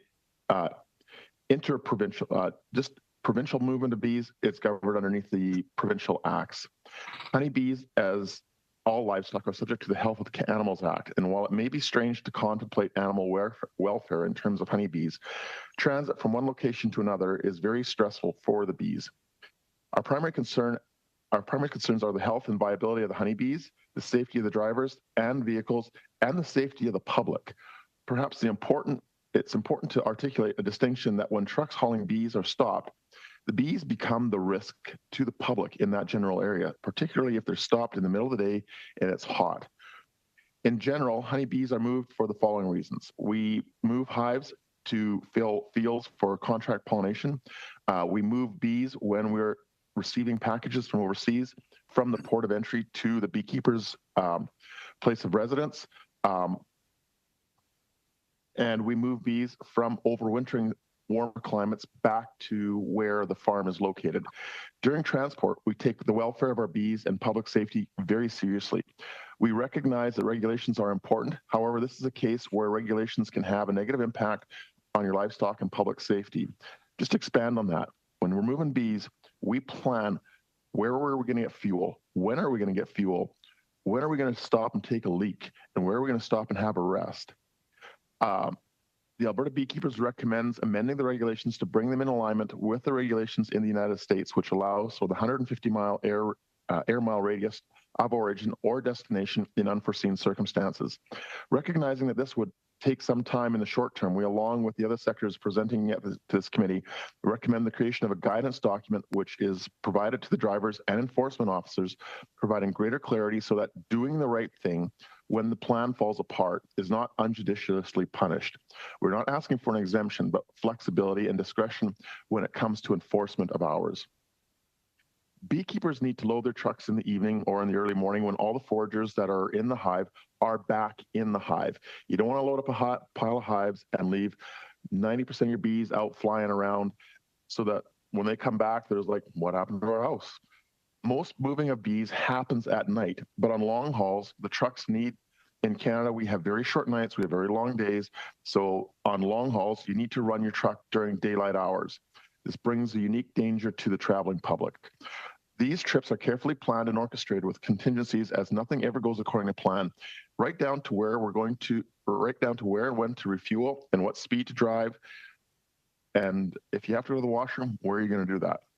Due to economies of scale, many beekeepers are using larger and larger equipment to move hives, package bees, and honey across this country. The need to move bees stems from a dependence on Apis mellifera for food security and to make the industry more resilient in the face of winter losses. More often than not, honeybees are hauled by the producer on cell phone equipment. Because we have to do the long hauls and we need to have them at a timely fashion, a lot of commercial carriers don't want to carry bees. So it's the beekeeper himself that's doing the moving. Alberta Beekeepers recommends changing Section 2.1a of the Act or of the regulation where it says application to reflect the current realities in agriculture. While most agriculture producers are now transporting with tractor-trailer units, a significant number of producers on the prairies have expanded to the point that they operate across jurisdictional boundaries. Section 2.1a, restricted to 2-axle and 3-axle trucks, is too narrow of a definition. Most commercial producers are driving equipment that is way bigger than that. Our sectors and drivers want assurance that a threat to bee health, viability, and public safety is deemed an emergency situation. In the regulations, there is no definition for emergency. And the definition of adverse conditions is expanded beyond traffic accidents or weather. Also includes situations such as delayed by road closures, accidents, smoke, whatever the case might be, weather and other unforeseen circumstances. At this point in time, no definition exists of what constitutes an emergency. Unforeseen circumstances that occur on the road may, in the mind of a producer, be an emergency, but not by an enforcement officer. That's a problem. Moving bees during daylight hours and warm temperatures is doable. Stopping, even to refuel for 2 minutes or go to the washroom, that's not. Stopping represents a real and present danger to everyone else on the road. Bees want to fly when the sun is shining. Stopping for even a few minutes when the sun is shining presents a clear and very real danger to the traveling public. The changes requested by the Alberta beekeepers would have a positive impact for beekeepers across Canada. Manitoba beekeepers moving their bee hives to BC for wintering, Ontario beekeepers moving hives into the Maritimes for blueberry pollination. Examples of unforeseen events that have really messed with moving bees, I have a couple personal anecdotes. Hopefully, if there's time, I would like to be able to read them into the record. Thank you very much for your time. Thank you, Mr. Organis. I'm sure during the questions you'll have an opportunity to talk about some of those personal experiences you've had. Appreciate your testimony. Now we'll move to Mr. Livingston. 5 minutes for your opening comments. Yeah, thank you for having me here. I'm Andy Livingston. My wife and I run the feed and water station at Thunder Bay called the Barn. We look after all the livestock going east and west. We're right in the center of the country. We move about 240,000 to 250,000 animals through our place every year. It's a very unique type of a business, and it's, in layman's terms, it's a bed and breakfast for livestock. The animals are brought in on semis, unloaded, put in pens where they have adequate feed and water, place to lay down and rest. At the same time, the truckers, they house in their trucks, but we have a facility here similar to a truck stop where there's a kitchen and washroom and showers and laundry and a common place for everybody to relax. The average time here is about 8 hours, 8 to 9 hours. But since the ELDs have come in, we're seeing more and more drivers having to sit out a 36-hour rest period. And when that happens, things get very complicated around here because that pen's taken up for 3 to 4 shifts and nobody wants to pay the extra bills. And in my estimation, ELD and livestock should not go in the same sentence. These are live animals, and it's a long way from Clyde, Alberta to Quebec City. And when they have to get within an hour of here and have to stop for 8 hours to drive an hour to get to here to stop it for another 8 hours, you're not long wasting a whole lot of time.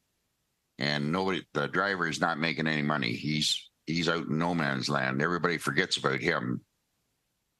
And it's not good for the animals to be sitting on the side of the road and then only moving for an hour and then getting off the truck. You know, if they're moving, get them stopped, get them off the truck so they can relax and take in their time. What we're seeing here is a lot more of an increase in mortality and injured animals by the time they get here. And that's caused by the time frame that they're under. They have to drive at a fairly steady pace, and they can't afford to stop for 15 minutes to check their cattle, because now if they do that, then they're not going to make their destination. And you know, you should stop with a load of cattle. You should stop every 3-4 hours and take a quick peek at what's going on in the trailer behind you. Get any downers up and rearrange where everybody's standing on the trailer if you have to. And those things all take time, and it doesn't, that 15-minute here to 15 minutes there, it just takes away from your total driving time. And in Northern Ontario, you got 2,000 kilometers of 2-lane highway, probably the worst highway in the world. And it's just a disaster with the freight haulers and the livestock haulers all trying to share the same road. With the ELDs, everybody's at 105 kilometers an hour because we got to make time. We got to make time. Time's the only thing that anybody considers. And then you throw a little bit of a fender bender in there, or some weather, for example, and the road's closed for, it's nothing to be closed for 18 hours at a time. And our place here, we get backed up with road closures. We have the capability to handle 22 straight loads of cattle, and we've had 38 loads in here at any given time because of road closures. And why are these road closures? It's because the ELDs are forcing people to drive erratically. And I drove truck for a while, and I know what it's all about. And so I'm not a big fan of being a machine telling me when to sleep and when to go to work. You know, you do your own thing at your own pace, and you make it work.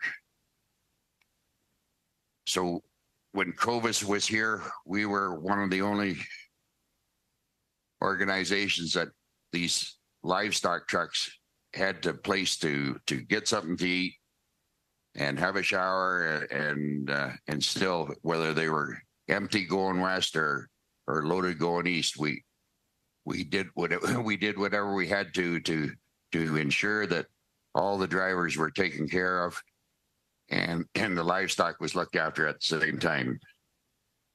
On the 2-lane highway from West Hawk to North Bay, there's very few safe or even places to pull in to rest. And with all the local restaurants and going out of business, they just block off all the entrances, so there's no more truck parking. And you're seeing more and more truck parking on the side of the road, or in what we call up here snowplow turnarounds, where you can put 2 or 3 trucks in, and you only have maybe enough room for that, and one guy's ass end still sticking out in the highway, and somebody else comes along and hits them. Thanks. You know, thanks, Mr. Livingston. Yeah. That's your 5 minutes. I appreciate you'll have lots of opportunity to add additional information from the question round. We'll now move on to our questions. The first round to Mr. Steinley for 6 minutes, please. And thank you both very much for being here and talking about the experiences you have and your real life experiences, Andy and Ron. And Andy, I'd just like you to finish your thought, because one of the unintended consequences, I think, of the ELDs not having that clarity around some of the unforeseen circumstances, because we know that our truck drivers plan out their routes very thoroughly, and it's not all hodgepodge. Like, they have everything quite planned out. But just the safety aspect on people parking on the side of the road up by Thunder Bay, up by your area, and the unintended consequences of having those trucks parked on the side of the road, like you talked about, the potential for accidents and the safety hazard. Could you just go a little bit more into detail when it comes to the safety hazards of parking on the side of the road when you're backed up at the barn? Well, the safety hazards are tremendous, because there is no place to park, and this road is not straight. It's up and down hills and curves. And if you have a truck parked at the bottom of a hill at the end of a 2-lane passing, and the guy comes over the top of the hill. All he sees is taillights, and next thing you know, they run right into him, and it's not safe for the animals to be standing on the edge of a road because the shoulders are so soft. Those animals wiggle and move when their animals are parked, and we've seen trucks lay over because of animal movement on the soft shoulder because the guy's out of hours. He had to stop. And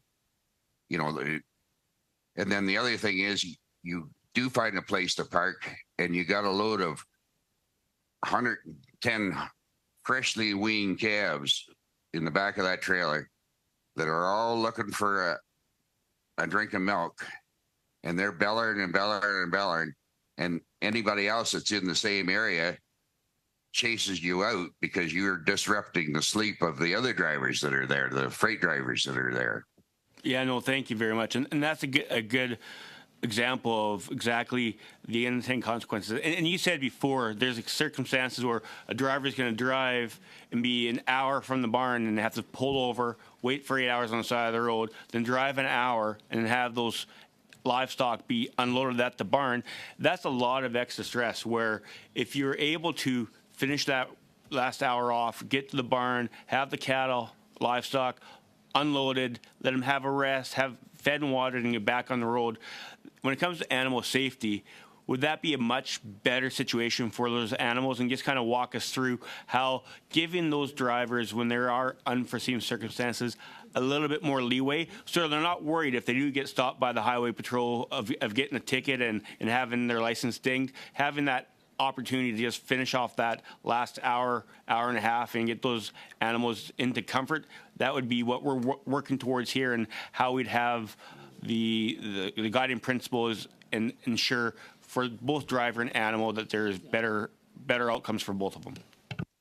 That's very true, because when that driver drives an hour, he's already slept 8 hours. He drives an hour and then has to sit here for 8 hours and then reload and go. He's burned 9 hours of his clock because his clock was running. So now on a 16-hour window, he's only got 9 hours left to drive, and he's actually going to be driving tired because he's been sitting around here doing nothing for 8 hours, where he could have been driving if he hadn't had to sleep the 8 hours prior to that. So perhaps the best thing that we could say is that we just need a little bit more common sense when it comes to the approach to what we're doing with transporting livestock. Like one of our panelists said earlier, it's a lot different transporting livestock than diapers or clothes, right? There's always going to be some things that happen that you just can't plan for. And one thing that we've had a couple people comment on is there just needs to be more logistics planned, and there has to be more care taken in making a plan when you're transporting animals. But I worked in an auction mart for a while, and sometimes it just takes a little bit longer to load a trailer of animals than some others. And just with your experience, you more than most, you run 230,000, 250,000 head. Just kind of walk us through sometimes in a day where things just don't go as planned, and those are the unforeseen circumstances we're trying to take into account when it comes to making sure our drivers are making the right decision. Yeah, nothing ever goes the way it's supposed to. That the guy that said that it should all go this way is full of shit, because he can't do anything right. And it's, when you're working with cows, or especially cows, they've got a mind of their own, and they're bigger than I am, and they're going to do whatever they want to do whenever they want to do it. And we take all the pride in the world in safety of animal safety plus human safety. But I've seen us load a load of cattle in 15 minutes, and I've seen us take 2 hours to load a load of cattle. And at that time, the driver's already moved his truck, and his clock is already ticking away, and it's just a no-win situation for anybody. When you go head paper, you moved around the yard and you didn't start doing anything until you pulled away from the chute. Then you would draw your line. Okay, I'm done doing this. It's time to start driving. That's when our driving time starts. No, thank you very much, Andy, and thank you for all the work you do. Appreciate you being here today. Thanks, Mr. Steinley. Now we'll move to Ms. Taylor-Roy for 6 minutes, please. Thank you very much, Mr. Chair. And thank you to the witnesses for being here and for you to filling in some more of the on-road and off-road experiences and to the other committee members who have highlighted these difficulties. My understanding is that these difficulties, these challenges have always existed. Perhaps climate change and higher temperatures are making them more of an issue now than they were before. But they've always been there. And so I'm just wondering, the ELD issue, when the regulations were put in place, they were always there. The only thing that's changed now is that there's electronic monitoring of that. Is that correct in your view? Yeah, it is correct. But okay, so I'm just with the the regulations were always there, and these issues were not raised as a problem before. Why is that? It's because you could stop your paper. Okay, so basically it was the record keeping that people could put different things in if they wanted to and not really write down all the same hours that they were there. And so there was some more flexibility in paper record keeping than there is with the ELDs. That's right. Okay. Okay, so there's a number of things that have been raised in terms of the challenges to meeting these regulations, but my understanding is that these were put in for the safety of the drivers, the ones you're talking about with the ELDs that we're discussing right now. It's for the safety of the drivers, and there are exemptions available. There are, you can put in extraordinary circumstances that have arisen and have the regulators, okay that because of those circumstances. So why do you feel that what is in there currently is not sufficient to account for or to address the kinds of issues that you're bringing up now? These, as far as I'm concerned, these regulations were not put in for the safety of the driver. These regulations were put in because the insurance companies wanted better documentation. Okay, so safety of the driver was never brought into this. So because you can't tell me that a machine's going to tell you when to get up in the morning and when to go to bed at night. No, I don't think that's the point. I think the point is the number of hours that somebody drives. And insurance companies are concerned because the statistics would show that there are more accidents when people are driving for 19 hours a day versus 12 or 13 hours a day. So even though insurance companies are doing this for monetary reasons, it is the safety that is underlying it. So I understand your point, but I'm trying to get to this is about the safety of the drivers. You operate one of the rest stops, and I understand from previous testimony that there is only one such rest stop on the east-west corridor. Is that correct? Yeah, there's one, there's us, and then there's two little ones. Two little ones. Okay. Do you think there's enough rest stops for the truckers to be able to get the rest they need, and also for the animal welfare, so that animals have the stops that they require? The rest stops outside of us are not what you're looking for. The rest stops that they need to get to are the ones before you get to us, because we're on that 36-hour rule. Got it. Okay, so why do you think there aren't more rest stops then, if this seems to be a major issue in the planning of the trips, or with unforeseen circumstances that they can't get to the rest stops they should be at? It's just because of road conditions or accidents or... No, but why aren't there more rest stops like yours? How is it funded? It's privately funded. Nobody funded me. I built this business from the ground up. Okay, so the truckers are paying, or the companies are paying you for the service? Yeah, the people that own the cattle. Okay. And do you think having more rest stops along the route would, in fact, help address this problem? No. Okay. So it's not a matter of not having a place to safely stop and take care of the animals. No, there's two types of rest stops, and you're getting them all. No, a rest stop like yours, a rest stop for food and water. I'm not talking about the ones where there might be problems with public image or perception. Okay. Because we're in the middle of the country, and you can get from Clyde, Alberta to here under the 36 hours with the e-logs as long as nothing goes wrong. Right, but we know things go wrong. They always have, and that hasn't changed. Right. In the past, you've talked about many instances, both of you, where things do go wrong. So I understand that the truckers are planning for that, the companies are planning for that, but sometimes there's unforeseen circumstances. And in the legislation, there is a way to appeal when there are unforeseen circumstances. But it seems that it's still a problem. So the question is, how do we solve the problem, right? And a number of things have been brought up, like more regional processing plants, better ventilation in the transport vehicles, more rest stops. And since you're operating a rest stop, I'm asking you about the rest stops and how we could get more to try and address the underlying issues here, which is really the facilities for the truckers to be able to safely get rest and make sure the animal welfare is taken care of as well. If you get rest stops in Manitoba, then you'd have to have another one down in the Ottawa North Bay type of area because now all of a sudden we're kicking in the 36-hour rule is being brought into play here at the same time. Because of where we're situated, we're right in the middle, and you can get from either direction. You can get here in 36 hours if everything goes right. Thanks, Mr. Livingston. Thanks, Ms. Taylor-Roy. Now to Mr. Perron for 6 minutes, s'il vous plaît. Merci. Merci, Monsieur. Thank you, Mr. Chairman. I thank the witnesses for joining us. Mr. Livingstone, I'd like to continue with you quickly.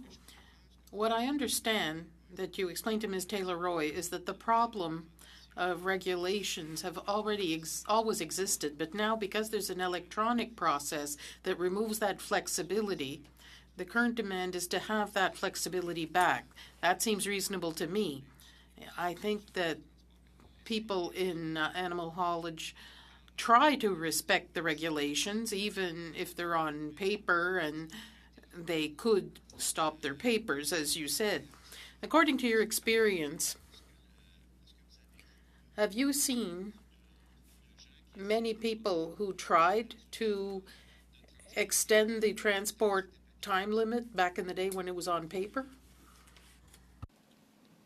Oh yeah, I seen guys that broke every rule in the book. At the same time, when you break the rules that hard, the animals need to rest. And when you stop and rest, if you drive for 14, 15 hours, and you stop for 4 hours and rest, those animals are resting at the same time. If you've been on the road for 14 hours, standing in the back of that aluminum tin can, and the rough as the roads are, and you're just vibrating. Those animals are just vibrating, and we can tell here when the animals get off the truck of the quality of driver in how the animals arrive here. They arrive here all sweated up. They arrive here waving down the chute because they haven't had any rest at all when they're driving. To drive 16, 17, 18 hours isn't the answer. The answer is to be able to get where you want to get and not have to stop an hour or 2 hours away from where you want to be. That's where all the stuff is coming from. I understand your point. Thank you very much. So, of course, we don't want too much abuse, so it's a good idea to have regulations, but provide the flexibility for people to get to their destination when they're close by. That's what I understand from what you're saying. What you've said to Ms. Taylor-Roy, essentially, is that you're in the middle of the country, so you're accessible to just about everyone if everything goes well. But if things don't go well, it would be desirable to have one or two places where people can rest. You even mentioned certain places. Did I understand you correctly? Yes, there's a place, or there's another place here about 50 kilometers east of us, and there's another place over at Hearst that do the same thing. They're smaller in size than we are. I think the Hearst barn can handle 2 or 3 loads of cattle or about 6 loads of pigs. OK. OK, mais une place équivalente à la vôtre, il n'y en a pas d'autres. But a place that's equivalent to yours, there are no others. It would be a good idea to have some at a certain distance, to have some room to maneuver. Is that what you're saying? Yes, yes. OK. Merci beaucoup. Monsieur Gray-Danus. Mr. Gray-Danus, you transport something different, bees. So we understand your difficulty when you stop. If you have to stop in the middle of the day, you run the risk of having a certain number of your cargo, if you will, leaving. It can affect hives. Is that correct? Yeah, bees like to fly. They don't like to stay inside the hive, especially when the sun is shining. And so if you're driving down the road and you have hives on the back of the truck, even if they're netted, you get escapes. They want to get out. On the back of the truck, they get hot. They want to ventilate. And when you park the truck, you can't sit there and whistle and not have all the bees come back. They fly around, and the only option you have is to take off and leave, and you leave a cloud of bees behind. And it's not uncommon that if you're driving down the road on a hot, sunny day, that and you stop, that where you've stopped, there'll be a small swarm of bees hanging off of one of the little reflectors on the side of the road or on a tree or whatever and stuff like that, because their home has disappeared. And the first thing they do is they get out, they make a orientation plate, and any other traffic that's there or anyone else that stops in that particular area is quite likely to become to get stung. Like, I mean, I've been listening to the conversation, and it's not a simple problem like with these ELDs. Like, I mean, I'm pretty sure you guys have all heard the song by Convoy by Paul Brandt, and the line there says, "We tore up all our swindle sheets and left them sitting on the scales." You know, that's not how truckers operate. Like, log books and ELDs, I think there's a place and there's a reason that we have to have something like that in place, because you have to balance out paying the bills with, taking care of yourself. Everyone that's driving a truck is doing it because they're wanting to earn an income, but you have to take care of yourself. When unforeseen circumstances happen on the road,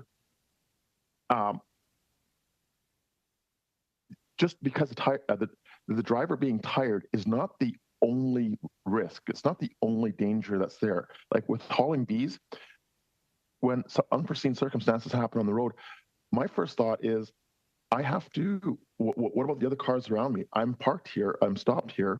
What's going to happen with these bees? Are they going to fly off? Are they going to do whatever? Like, I mean, I remember years ago, I went and I wanted to expand my business. So there was a beekeeper in Karamias that had a bunch of hives he wanted to sell. And I thought, okay, I'll buy them. And so I went to Karamias and to pick up the bees. It was mid-May. The snow melt was going, the rains were there, and whatnot. The plan was I was going to show up at the bee location where the hives were. We were going to load them up, start at 6 o'clock in the evening, early evening, and then I was going to try to leave before 8 and try to get down to Sycamoose, which is about a 3-hour drive away. Mr. Ganas, park sorry, my truck. I'm way over the time. Sorry, I'm way over Mr. Perron's time, so I know you want to try and finish your anecdote, but maybe welcome Mr. Backrack for subbing in for Mr. McAllister. Maybe he will allow you some time to finish your story, but I will leave that up to Mr. Backrack in his 6 minutes. Thank you, Mr. Chair, and subbing in for Ms. Matheson, who is subbing in for Mr. McGregor. We're covering a lot of bases today, and I'd be happy, Mr. Chair, to give the witness a few more moments to finish that thought. Thank you very much. You're very kind. I'll be very brief. Plan was load the hives start around 6, 7 o'clock in the evening, be on the road by 8 o'clock, and head down, get to Sycamoose, try to get 6 hours of sleep in, refuel, and then make the jump from Sycamoose back to Stettler, which is under that 12-hour mark. The way that it actually went is we started loading the bees at the time we had said, but because of the rains and the snow melt, the Karamias River was flooding, and the farmer's field where the bees were, the river water came up high enough that it was blocking our egress out of the field. So there were the beekeeper had to get all of his hives out of that field or else he wouldn't be able to get into them. So we had to load 3 trucks that night, drop deck, my truck, which was a tandem axle with a 32-foot deck on the back, and then another truck as well. We got them all loaded, but when we tried to leave out, the drop deck tractor trailer unit got stuck in the mud that was created by the river flowing through the field. And we were stuck there till 3 o'clock in the morning waiting for a track hoe to come and pull us all out. That's how we finally got out. 3 o'clock in the morning. Now I'm way behind. I'm still in Karamias. I don't have the option of unloading my truck again because then I have to wait till the next night to reload again to keep going. And it wasn't likely that the river was going down. So I got up. When we got out of the field, I drove down the road a little ways to the first fuel station that I could gas station that I could come to, refueled, slept in my truck for an hour and a half, and then I hit the road. On the way home, we hit construction in the Kicking Horse Pass, but because I had bees on the back, I stopped about half a mile back behind the rest of the cars on the side of the road, turned my flashers on. I ran to the front of the line, and I'm like, I can't be stopped on the side of the road very long because I'm going to have a cloud of bees flying around, and anyone that's got their windows open, there's a high probability that they're going to get stung. 10% of the population will go into anaphylactic reaction if they get stung by bees. So the construction company realized that, and so they radioed in, and they gave me special permission to drive through the construction zone, passing all the other traffic that was stopped there, and a well-planned trip.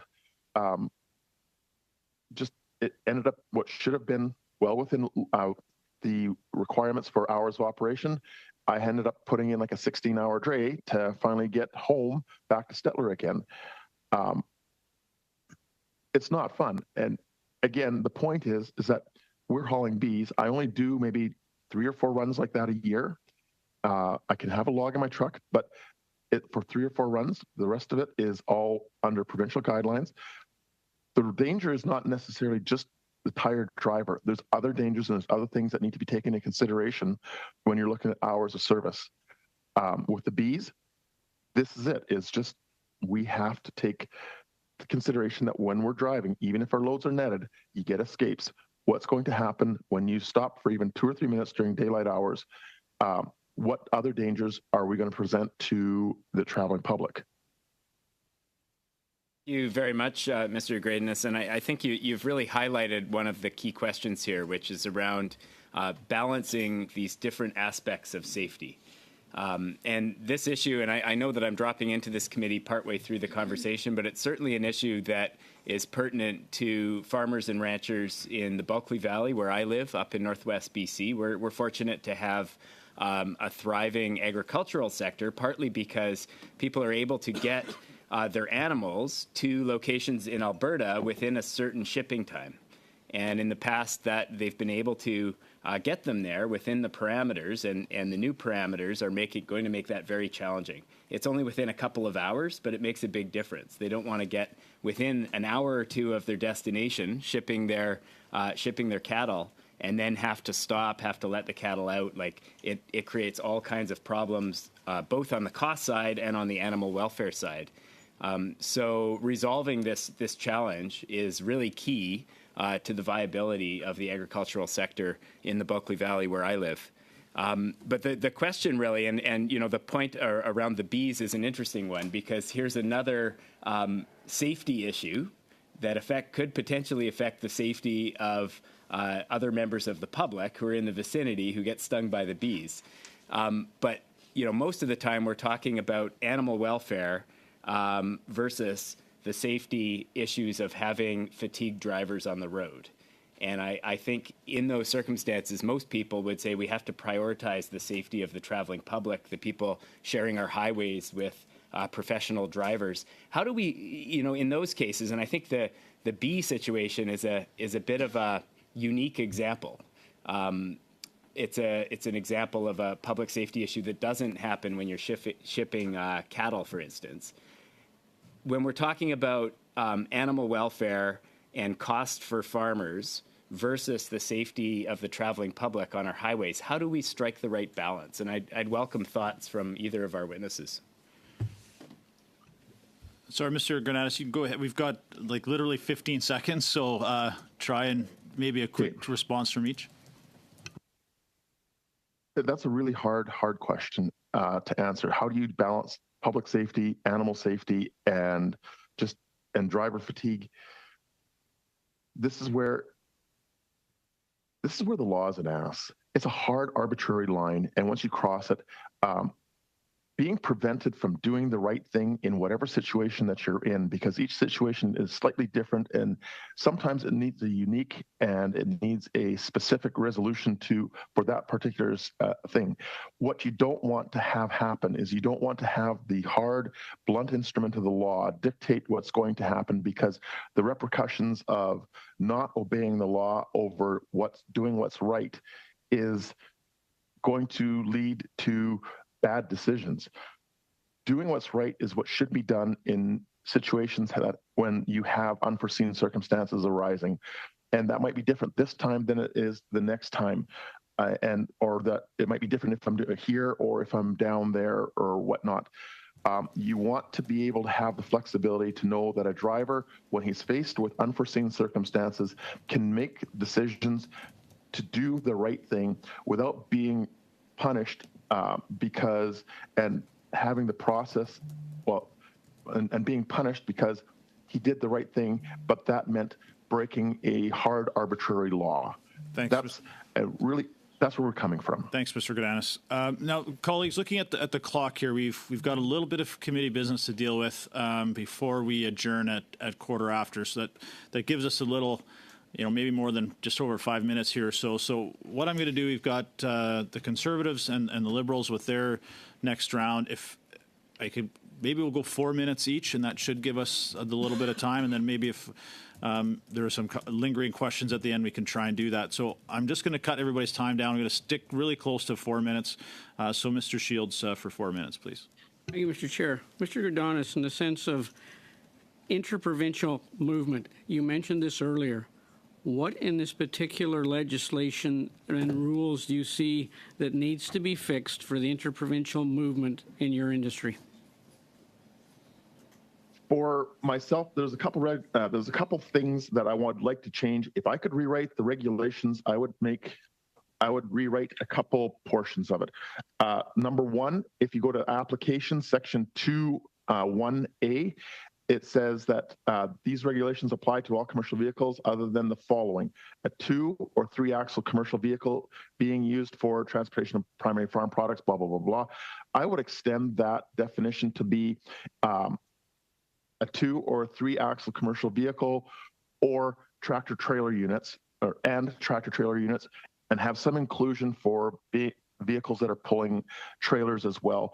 The reality is, the days of farmers just using 2 axle or 3 axle trucks and not going beyond that, those days are far behind us. And the reality of agriculture today is that we're using far bigger equipment. The other one that I would change is there's a definition for adverse conditions in the regulations. It says mean snow, sleet, fog, or other adverse weather or road conditions that were not known to a driver or a motor carrier dispatching a driver. Adverse conditions can be you have a fire along the road and the smoke is so thick you have to slow down. It can be there was a rock slide in the mountains and it's blocked, or there was an accident. There is no definition for an emergency in the definitions in the regulations. I would have I'm not going to sit there and say the emergency should be defined as, but there should be some work put into what would constitute an emergency and have that as something that's entered in as a guidance document for enforcement officers and for drivers, so they kind of have some clarity that you're not going to get hammered because you went over because these conditions happened. The other one would be 76.1 and 76.2 regarding the use of electronic log. Just going to see if I can flip through it here, where it sits there and says that you have to have requirements for these regulations in respect of driving time, on-duty time, and off-duty time do not apply to a driver who, in emergency, requires more driving time to reach a destination that provides safety for the occupants of the commercial vehicle and for other users of the road. I would extend that to be similar to what we have in the States, where if you're within 150 miles of where you're going, and you've got live animals on, or you have you're carrying an agricultural product, you have the leeway to be able to make it to where you're going so that you're not stressing yourself out. Just go that last little bit and finish the trip so that it's in the best interest of the cargo and the driver. I would make accommodations for aligning our regulations with the states that way. Thank you. And I think we've heard this before. Now, some of the changes that you're talking about involve a number of different agencies in Canada. Is it simpler to make the match to the U.S. or to change the number of different departments to work with this in Canada? Which do you think is easier to do? Oh, man. I don't envy any of you guys because that's a loaded question. And you're asking me to comment on something that I have no idea about the process. And I can only imagine that it's convoluted, long, and hair-pullingly slow. Thank you for your comment. I appreciate it. Thank you very much, Mr. Shields. Now, Mr. Carr, wrap us up for 4 minutes, please. Or Thanks very much, Mr. Chair. I wanted to return to the question of bees. I was just doing a little bit of reading during the testimony and see that roughly about 35 degrees Celsius seems to be the sweet spot in terms of a maximum heat for bees, although they can survive and be comfortable at hotter temperatures. So one of the questions I had was, is that correct, or do you want to offer some further explanation? But the two parts of the question would be, no pun intended, is the impact of climate change, where we're seeing hotter days and hotter days and hotter days, having an impact on the transportation of bees in Canada?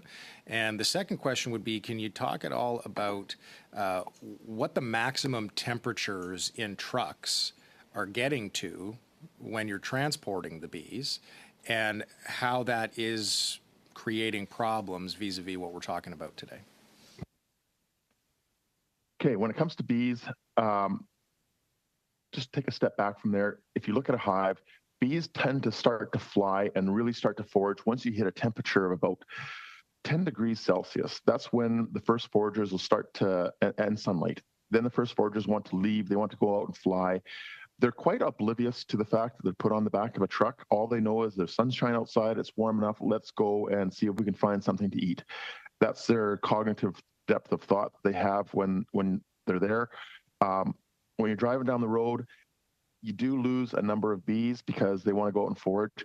The hotter it gets, the more likely they are to try to leave the hive. The hotter it gets. A hive is kind of like a living organism. It wants to be at 36 degrees Celsius. And the closer you get to 36 degrees Celsius, the more ventilation they need to do, the more the more distributed they'll become inside the hive. They'll break cluster, and the foragers will want to get out and leave, and that causes some problems. We do not like to remove bees when it's that hot. If we are, we try to do it at night. We do everything we can to avoid moving bees during the daylight, simply because we know bees like to fly. They're stimulated by the light. The warmer it is, the more active they become. So can I just ask there quickly, is climate change, in your experience, particularly in recent years, having a negative impact on beehives and on the transportation of bees? The weather that you drive through does have an impact on moving bees. Like, if we look at the last 3 years, we've had 3 La Niñas back to back, and now we're into an El Nino summer. And is that climate change? Is this just a natural progression? Is this a natural cyclical event that happens? It's not unlike things we experienced back in the early 80s. I've been beekeeping for over 40 years. We've never had 2 years that are exactly the same as far as weather is concerned. But the weather does affect how you're going to move your bees, when you're going to move your bees, and when you're going to transport. If I have a choice, I'll watch the weather before I look at moving, and I watch for the cool, rainy days, or if it's going to be drizzling and whatnot. Hot, dry weather makes it a lot harder to move bees, and you're just like, you know what, maybe we need to delay this a little bit. Okay, appreciate it. Mr. Chair, that's good. Thanks. Thanks very much, Mr. Carr. Thanks to our witnesses. We're going to have a bit of committee business. Before we go to that, I just want one question to Mr. Livingston. learned a lot from the importance of your business here today, and you are kind of a keystone in the supply chain on the livestock industry. I'm just curious, before these transportation changes were made in the going from the paper to the e-logs and the impact that would have, did anyone from Transport Canada or Agriculture and Agri-Food Canada come and meet with you and consult with you in regards to the impact these changes would have on the movement of livestock in Canada? No. Nobody consulted me. The only consult I had was after the fact. They said, well, you got to build a bigger barn. And I said, well, if somebody starts throwing money at me, I'll build a bigger barn, but nobody's threw any money at me yet. And how many loads can you manage at one time? We can put 22 straight loads in at any given time. And have you had some circumstances since these changes have come into force in January where you've been, especially now with the fall calf run and winter hitting, the roads today, have you had some circumstances when you're over capacity or trucks lined up without being able to access the barn? Yes, we've had full capacity, and we'll shut down at 2:00 in the morning. My night guy shuts down at 2:00 in the morning, and I start at 3:30. And by that time, there'll be 4 or 5 trucks sitting in the laneway waiting to get unloaded. So they have to wait until I load somebody, put hay in, and then I can unload them. They may sit in the laneway for 2 or 3 hours before they get unloaded. And so far, everybody's worked with me. Everybody knows what the situation is, and we try and make it work the best we can. You get a snowstorm or the road closed, that really puts a kibosh on things. Like we had 38 trucks in here one day, all at one time. And we were loading cattle. They were in the barn for 12 hours, reload them back on the truck to get another load of cattle off, unload the first load again when his 24 hours was up sitting in the laneway. There were some cattle that were in the barn 3 times before they got out of here. Well, thank you very much. That does not sound like a day that I would like to experience. But thanks very much, Mr. Livingston. Thanks very much, Mr. Godanis. You will now be excused. Colleagues, we're going to go into committee or in camera for a couple of minutes just to address a couple of issues that have arisen. So we'll just suspend very briefly and try and get this done as quickly as we can. Thanks to our witnesses again. Have a great day. Thank you very much. Thank you.